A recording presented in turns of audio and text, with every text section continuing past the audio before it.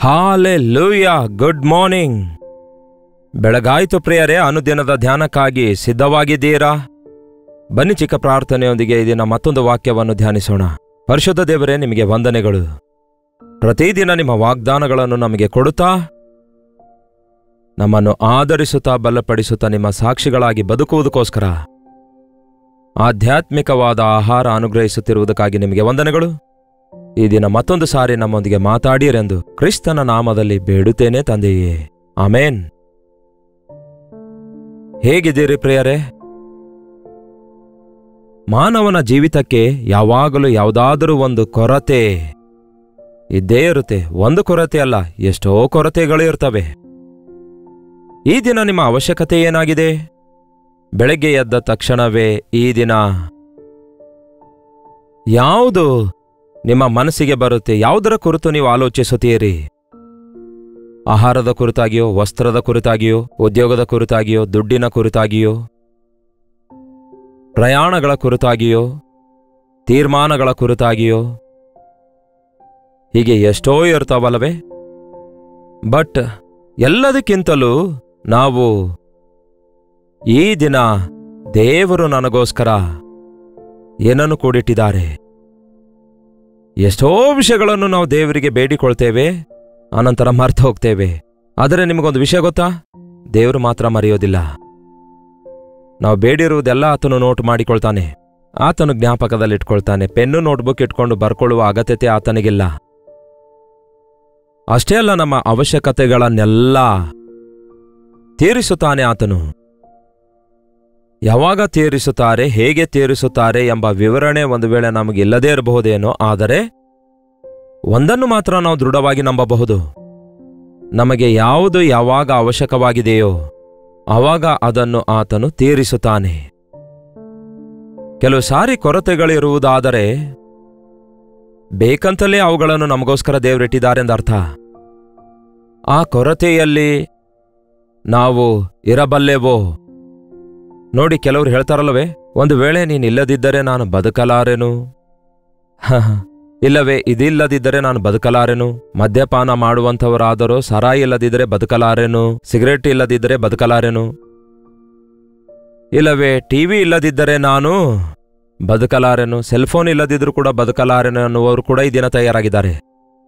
ಯಾಕೆ ಬದುಕಲಿಕ್ಕಾಗಲ್ಲ? ಈ ಲೋಕದಲ್ಲಿ ಏನಿದ್ರೂ ಇಲ್ಲದಿದ್ದರೂ ಯೇಸುವನ್ನು ಹೊಂದಿಕೊಂಡಿರುವವರು ಬದುಕಬಲ್ಲರು. ಅದನ್ನು ನಾವು ಕಲಿಯಬೇಕು. ದೇವರು ಕೊಡ್ತಾರೆ, ಆದರೆ ಏನೂ ಇಲ್ಲದಿದ್ದರೂ ಬದುಕುವುದನ್ನು ಕಲಿತುಕೊಳ್ಳುವುದು ನಮಗೆ ಅವಶ್ಯಕವಾಗಿದೆ. ಯಾಕೆಂದ್ರೆ ಎಲ್ಲಾ ದಿನಗಳು ಒಂದೇ ರೀತಿಯಾಗಿರೋದಿಲ್ವಲ್ಲ? ಎಲ್ಲಾ ದಿನಗಳು ಒಂದೇ ರೀತಿಯಾಗಿರೋದಾದ್ರೆ ಬದುಕು ಬೋರಾಗಿರುತ್ತೆ ಅಲ್ಲವೋ? ಹಸುವೆ ಆದಾಗಲೇ ಆಹಾರದ ಮೇಲೆ ಪ್ರೀತಿ ಉಂಟಾಗುತ್ತೆ ನಮಗೆ, ಹೌದಲ್ಲವೇ? ಹಸುವೆಗಿಂತ ಮುಂಚೆಯೇ ನಾವು ಊಟ ಮಾಡುವುದಾದರೆ, ಹಾಗೆ ಊಟ ಮಾಡಿದ್ರೆ ಏನಾಗುತ್ತೆ? ಒಂಥರ ವಿರಕ್ತಿ ಬರುತ್ತೆ ಅಲ್ಲವೋ? ಬೇಡ ಅನಿಸುತ್ತೆ ಅಲ್ಲವೋ? ಯಾವುದೇ ವಿಷಯ ಆಗಿರ್ಬೋದು. ದುಡ್ಡಿನ ಕೊರತೆ ಇಲ್ಲದವನಿಗೆ ದುಡ್ಡಿನ ಬೆಲೆ ಏನು ಗೊತ್ತಾಗುತ್ತೆ? ಕಷ್ಟದಲ್ಲಿದ್ದಾಗ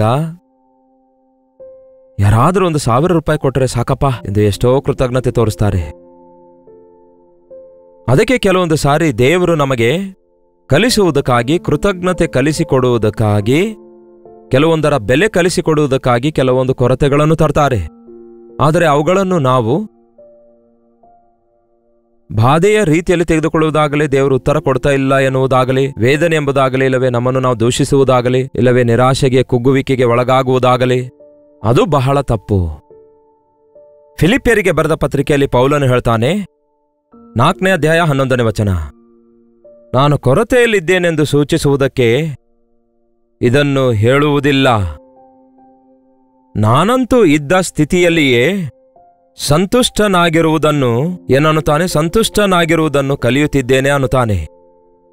ನಾನು ಯಾವ ಸ್ಥಿತಿಯಲ್ಲಿದ್ದೇನೋ ಆ ಸ್ಥಿತಿಯಲ್ಲಿ ಸಂತುಷ್ಟನಾಗಿರುವುದನ್ನು ಕಲಿಯುತ್ತಿದ್ದೇನೆ ಅನ್ನುತ್ತಾನೆ. ನಾವು ಕೂಡ ಯಾವುದೇ ಸ್ಥಿತಿಯಲ್ಲಿದ್ದರೂ ಸಹ ಸಂತುಷ್ಟರಾಗಿರುವಂಥದ್ದನ್ನು ಕಲಿತುಕೊಳ್ಳಬೇಕು.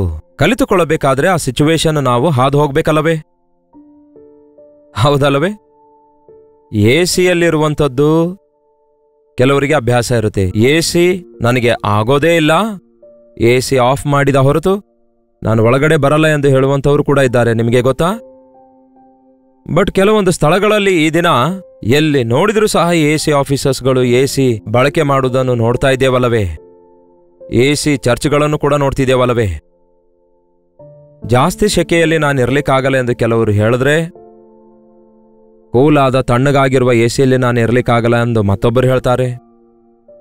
ನೋಡಿ, ಅವರವರ ಇಷ್ಟದ ಪ್ರಕಾರ ನಾವು ಅವರಿಗೆ ಎಂಟರ್ಟೈನ್ ಮಾಡಬೇಕಾದ್ರೆ, ಒಂದು ಸ್ಥಳದಲ್ಲಿ ಕೂಡಿಸಬೇಕಾದರೆ ಅದು ಆಗುವ ಕೆಲಸವೇ ಅಲ್ಲ. ನಾನು ಇದನ್ನು ತಿನ್ನಲ್ಲ, ಅದನ್ನು ತಿನ್ನಲ್ಲ, ನನಗೆ ಬದನೆಕಾಯಿ ಅಂದ್ರೆ ಆಗಲ್ಲ, ನನಗೆ ಸೋರೆಕಾಯಿ ಅಂದ್ರೆ ಆಗಲ್ಲ, ಬೆಂಡೆಕಾಯಿ ಜಿಗಿಯಾಗಿರುತ್ತೆ, ಹೀಗೆ ಕೆಲವೊಂದು ಜನ ಕೆಲವೊಂದು ಪದಾರ್ಥಗಳನ್ನು ಬೀಸಾಡ್ತಾ ಇರ್ತಾರೆ. ಓಕೆ, ನಿಮಗೆ ಇಷ್ಟ ಆಗಿರೋದು ನಿಮ್ಮ ಮನೆಯಲ್ಲಿ ಅಡಿಗೆ ಮಾಡಿಸ್ಕೊಂಡು ತಿನ್ನಿರಿ, ನಿಮಗೆ ಅನುಕೂಲವಾದ ಸಮಯದಲ್ಲಿ ನಿಮ್ಗೆ ಇಷ್ಟವಾದದನ್ನು ಮಾಡ್ಕೊಂಡು ತಿನ್ರಿ. ಆದರೆ ನಾವು ಕೆಲವರೊಂದಿಗೆ 4 ಜನರೊಂದಿಗೆ ಇರುವಾಗ, ಕುಟುಂಬದಲ್ಲಿರುವಾಗ, ಸಭೆಯಲ್ಲಿರುವಾಗ ನಾವು ಎಲ್ಲರ ವಿಷಯದಲ್ಲಿ ಆಲೋಚಿಸಬೇಕು. ನಮ್ಮಿಂದ ಇತರರಿಗೆ ಬಾಧೆ ಆಗಬಾರ್ದಲ್ಲವೇ? ಹಾಗೆ ಮಾಡಿದ್ರೆ ಅದು ಕ್ರೈಸ್ತಿಯ ಜೀವಿತ ಅಲ್ಲವೇ ಅಲ್ಲ. ಈ ಒಂದು ಪಾಯಿಂಟ್ ಅನ್ನು ಕಲಿತುಕೊಳ್ಳಿರಿ. ನಾನು ಯಾರಿಗೂ ಬಾಧೆಯನ್ನುಂಟು ಮಾಡುವ ಹಾಗಿರಬಾರದು. ನನ್ನ ನಿಮಿತ್ತ ನನ್ನ ತಾಯಿಗೆ ಬಾಧೆ ಪಡಿಸಬಾರದು, ತಂದೆಗೆ ಬಾಧೆ ಪಡಿಸಬಾರದು, ಹೆಂಡತಿಯ ಮನಸ್ಸು ನೋಯಿಸಬಾರದು, ಗಂಡನಿಗೆ ಆಟಂಕವಾಗಿರಬಾರದು. ಜೊತೆ ವಿಶ್ವಾಸಿಗೆ ನಾನು ಕೆಟ್ಟ ಮಾದರಿಯಾಗಿರಬಾರದು. ನೆರೆಯವರಿಗೆ ನಾನು ಆಟಂಕಕರವಾಗಿರಬಾರದು ಎನ್ನುವುದನ್ನು ನಾವು ಗ್ರಹಿಸಿಕೊಳ್ಳುವುದಾದರೆ ಎಷ್ಟು ಸಮಾಧಾನ, ಎಷ್ಟು ಸಾಮರಸ್ಯ, ಎಷ್ಟೋ ಪ್ರಶಾಂತತೆ ನಮ್ಮ ಜೀವಿತದಲ್ಲಿರುತ್ತೆ.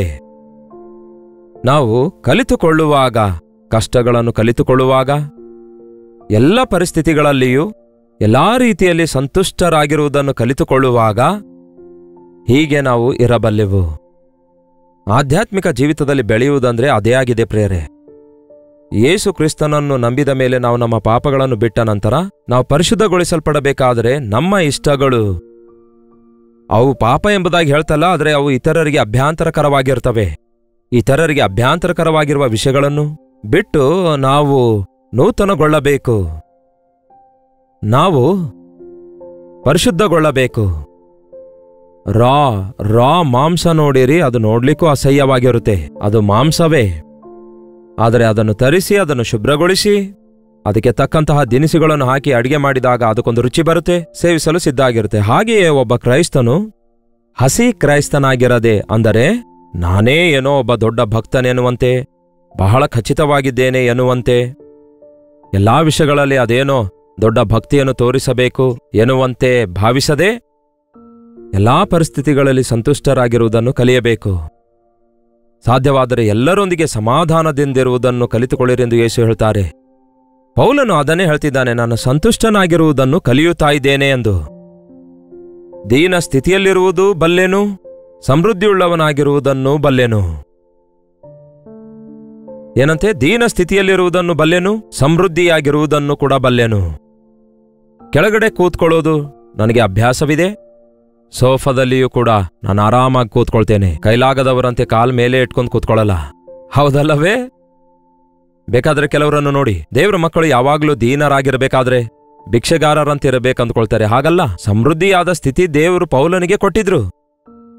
ಆದರೆ ಸಮೃದ್ಧಿಯ ಸ್ಥಿತಿ ಅವನು ಪ್ರೀತಿಸಲಿಲ್ಲ. ಆದರೆ ಆಯಾ ಸಮಯಗಳಲ್ಲಿ, ಅಂದರೆ ಆಯಾ ಸಂದರ್ಭಗಳಿಗೆ ತಕ್ಕಂತೆ ನಾವು ವಸ್ತ್ರಧಾರಣೆ ಮಾಡೋದು, ಮಾತಾಡುವ ವಿಧಾನ, ನಮ್ಮ ಬಾಡಿ ಲ್ಯಾಂಗ್ವೇಜ್ ಮೇಂಟೈನ್ ಮಾಡಿ ಒಂದು ಡಿಸಿಪ್ಲಿನ್ ಉಳ್ಳವರಾಗಿರೋದನ್ನು ನಾವು ಕಲಿಯಬೇಕು. ಅಜ್ಞಾನಿಗಳಾಗಿರದೆ ಜ್ಞಾನಿಗಳಾಗಿರಬೇಕು ಎಂದು ದೇವರ ವಾಕ್ಯ ಹೇಳ್ತದಲ್ಲವೇ? ಪಾರಿವಾಳದ ಹಾಗೆ ನಿಷ್ಕಪಟವಾಗಿರ್ರಿ, ಆದರೆ ಅದೇ ಸಮಯದಲ್ಲಿ ಸರ್ಪದಂತೆ ವಿವೇಕವುಳ್ಳವರಾಗಿರಿ ಎಂಬುದಾಗಿ ಕೂಡ ಹೇಳಿದಾರಲ್ಲವೇ? ಒಂದಾನೊಂದು ದಿನ ಒಬ್ಬ ವ್ಯಕ್ತಿ ಬಹಳಷ್ಟು ಮಾಂಸ ಮತ್ತು ಮೂಳೆ ತಿಂದಿದ್ದೇನೆಂದು ಆ ಮೂಳೆಗಳೆಲ್ಲ ಒಂದು ಹಾರ ಮಾಡಿ ಕೊರಳಿಗೆ ಹಾಕಿಕೊಂಡು ಎಲ್ಲರಿಗೂ ತೋರಿಸುತ್ತಾ ತಿರುಗಾಡಿದನಂತೆ. ಯಾರಾದ್ರೂ ಯಾಕೆ ಅಂತ ಕೇಳಿದ್ರೆ ಇಷ್ಟೊಂದು ಮಾಂಸ ತಿಂದಿದ್ದೇನೆ ಅಂದಿದ್ದನಂತೆ. ಹಾಗಿರೋದು ಅಗತ್ಯವಿಲ್ಲ. ನೀವು ಸಮೃದ್ಧಿಯ ಸ್ಥಿತಿಯಲ್ಲಿದ್ದೀರಿ ಎಂದು ಎಲ್ಲರಿಗೂ ತೋರಿಸಿಕೊಳ್ಳುವಂತಹ ಅಗತ್ಯವಿಲ್ಲ. ನಿಮಗಿರುವ ಬಂಗಾರವೆಲ್ಲ ಹಾಕಿಕೊಳ್ಳುವ ಅಗತ್ಯವಿಲ್ಲ. ನಿಮ್ಮ ಬೆಲೆ ಬಾಳುವ ವಸ್ತ್ರ ಸಂದರ್ಭ ಇಲ್ಲದಿದ್ದರೂ ಧರಿಸುವ ಅಗತ್ಯವಿಲ್ಲ. ಅನವಶ್ಯಕವಾದ ಸಮಯದಲ್ಲಿ ಅನವಶ್ಯಕವಾದ ಕ್ರಿಯೆಗಳು ಇಲ್ಲವೇ? ಅಂತಹ ಕೆಲಸ ಮಾಡುವುದಾಗಲಿ ಅಂತಹ ವೇಷಧಾರಣೆ ಮಾಡುವುದಾಗಲಿ ಸಮಂಜಸವಲ್ಲವಲ್ಲ. ನಾವು ಏನೂ ಇಲ್ಲದಂಥವರ ಬಳಿಗೆ ಹೋಗುವಾಗ, ಬಡವರ ಬಳಿಗೆ ಹೋದಾಗ, ಸಾಮಾನ್ಯರ ಬಳಿಗೆ ಹೋದಾಗ ಸಾಮಾನ್ಯರಂತಿರೋಣ. ಅದೇ ಐಶ್ವರ್ಯವಂತರು ಸಾಮಾನ್ಯರಾಗಿರುವ ಜನರ ಬಳಿಗೆ ಹೋಗುವಾಗ, ನೋಡಿ, ನಮ್ಮನ್ನು ಮನುಷ್ಯರು ಹೊರರೂಪ ಲಕ್ಷಿಸುವವರಾಗಿರೋದ್ರಿಂದ ನಮಗಿರುವಂತಹ ಸ್ಥಿತಿಯಲ್ಲಿ ನಾವು ದೇವರನ್ನು ಘನಪಡಿಸುವಂಥವರಾಗಿರಬೇಕು.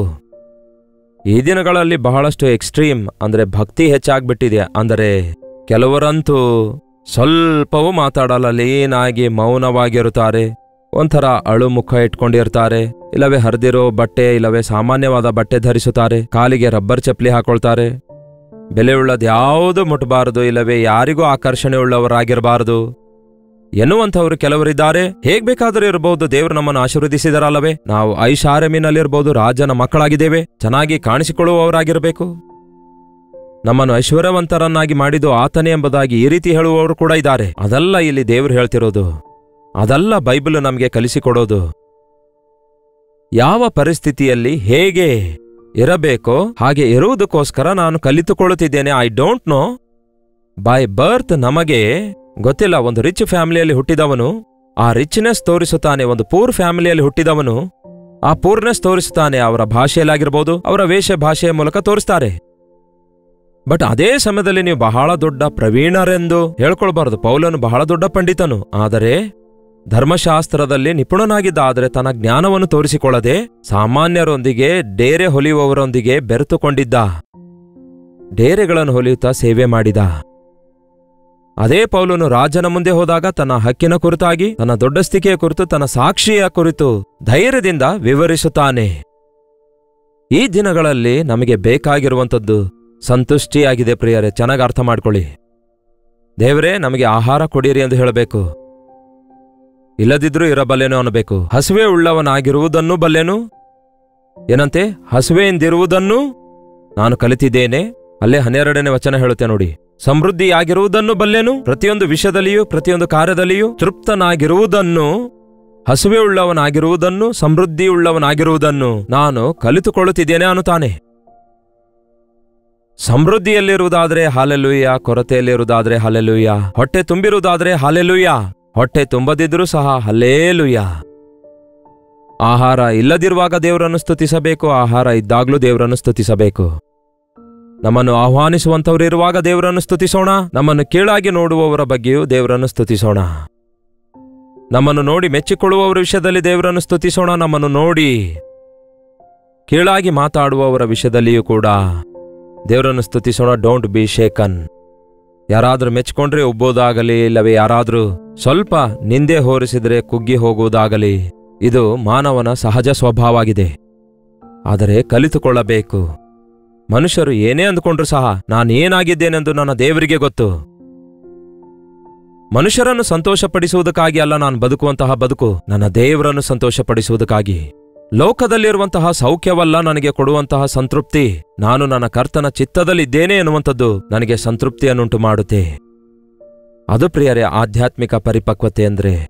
ಅಂತಹ ಆಧ್ಯಾತ್ಮಿಕ ಪರಿಪಕ್ವತೆ ಹೊಂದಿಕೊಳ್ಳುವುದಕ್ಕಾಗಿಯೇ ಈ ರೀತಿಯಾಗಿ ಅನುದಿನವೂ ದೇವರ ವಾಕ್ಯವನ್ನು ಧ್ಯಾನಿಸುತ್ತಾ, ನಾನಾ ವಿಧವಾದ ಸ್ಥಿತಿಗತಿಗಳನ್ನು ನಾವು ಎದುರುಗೊಳ್ಳುತ್ತಿರುವಾಗ, ಇಲ್ಲವೇ ಸಂದರ್ಭ ಎದುರಿಸುತ್ತಿರುವಾಗ, ಕಷ್ಟ ಕೊರತೆಗಳು ಉಂಟಾಗುತ್ತಿರುವಾಗ, ವ್ಯತಿರೇಕತೆ ಉಂಟಾಗುತ್ತಾ ಇರುವಾಗ, ಸಂಕಟಗಳು ಉಂಟಾಗುತ್ತಿರುವಾಗ, ಹಾಗೆಯೇ ಆಶೀರ್ವಾದಗಳನ್ನು ಹೊಂದಿಕೊಳ್ತಿರುವಾಗ ಹೆಮ್ಮೆ ಪಡದಂತೆ, ಇಲ್ಲವೇ ಕುಗ್ಗಿ ಹೋಗದಂತೆ ನಂಬಿಗಸ್ತರಾಗಿಯೂ ಸ್ಥಿರಚಿತ್ತರಾಗಿಯೂ ಇರುವುದನ್ನು ಕಲಿತುಕೊಳ್ಳಬೇಕು. ನಮ್ಮ ಮನಸ್ಸು ಹಿಗ್ಗಿ ಕುಣಿದಾಡುವಂತಹ ಅಗತ್ಯವೂ ಇಲ್ಲ, ನಮ್ಮ ಮನಸ್ಸು ಕುಗ್ಗಿ ಹೋಗುವ ಅಗತ್ಯ ಕೂಡ ಇಲ್ಲ. ನಾವು ಆತನ ಮೇಲೆ ಆದುಕೊಂಡಿದ್ದೇವೆ ಎಂಬ ಸಂಗತಿ ಗುರುತಿಸುವುದಾದರೆ ಯಾವುದೇ ಸ್ಥಿತಿಯಲ್ಲಿದ್ದರೂ ಕೂಡ ನಾವು ಸುರಕ್ಷಿತರಾಗಿ ಇರುವಂಥವರಾಗಿರ್ತೇವೆ. ಆತನ ಅನುಮತಿ ಇಲ್ಲದೆ ನಮಗೆ ಏನೂ ಆಗುವುದಿಲ್ಲ ಎಂಬ ವಿಷಯವನ್ನು ನಂಬಬೇಕು. ನಾನು ಎಲ್ಲಾ ಸಮಯಗಳಲ್ಲಿ ಸಂತೃಪ್ತನಾಗಿರುವುದನ್ನು ಕಲಿತುಕೊಂಡಿದ್ದೇನೆ.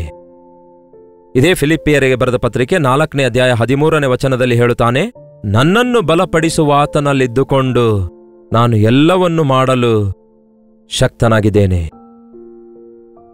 ನಾನು ಯಾವ ಕಾರಣಕ್ಕಾಗಿ ಹಾಗೆ ಇರುತ್ತಾ ಇದ್ದೇನೆಂದರೆ, ಪರಿಸ್ಥಿತಿಗಳು ಹೇಗೆ ಇದ್ರೂ ಕೂಡ ಪ್ರಶಾಂತವಾಗಿ ಹೇಗೆ ಇರುತ್ತಾ ಇದ್ದೇನೆಂದರೆ, ಸಮೃದ್ಧಿಯಲ್ಲಿ ಗರ್ವಿಷ್ಠನಾಗಿರದೆ ದೀನನಾಗಿರುತ್ತಾ ಇರುವುದಾದರೆ, ಕೊರತೆಯಲ್ಲಿಯೂ ಸಹ ಕುಗ್ಗಿ ಹೋಗದವನಾಗಿರುತ್ತಾ ಇರೋದಾದರೆ, ನನಗೆ ದೇವರು ತನ್ನ ಕೃಪೆಯನ್ನು ಕೊಟ್ಟು ನನ್ನನ್ನು ಬಲಪಡಿಸುತ್ತಾ ಇದ್ದಾರೆ. ಆಧ್ಯಾತ್ಮಿಕವಾಗಿ ನಾನು ಸ್ಥಿರಗೊಳ್ಳುವುದಕ್ಕಾಗಿ ನನ್ನ ಕರ್ತನು ನನ್ನ ಪಕ್ಷದಲ್ಲಿದ್ದು ನನಗೆ ಕಲಿಸಿಕೊಡ್ತಿದ್ದಾರೆ, ಕಲಿಸುವುದಲ್ಲದೆ ನನಗೆ ಬಲಪಡಿಸುತ್ತಿದ್ದಾರೆ ಎಂದು ಪೌಲನು ಹೇಳ್ತಾನೆ. ಹಾಗೆ ಕರ್ತನ ಪಾದದ ಬಳಿಯಲ್ಲಿ ನಾವು ಕಲಿಯೋಣ.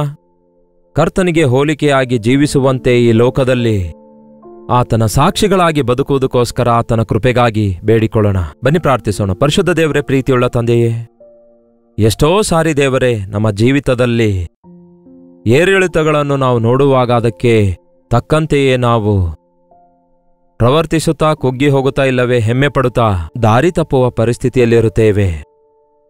ಅಸ್ಥಿರವಾದ ನಂಬಿಕೆಯ ಮತ್ತು ಭಕ್ತಿಯ ಜೀವಿತವನ್ನು ಹೊಂದಿದವರಾಗಿರುತ್ತೇವೆ ಎಂಬ ಈ ವಿಷಯವನ್ನು ಗುರುತಿಸುವಂತೆ ನಮ್ಮೆಲ್ಲರಿಗೂ ಸಹಾಯ ಮಾಡಿರಿ.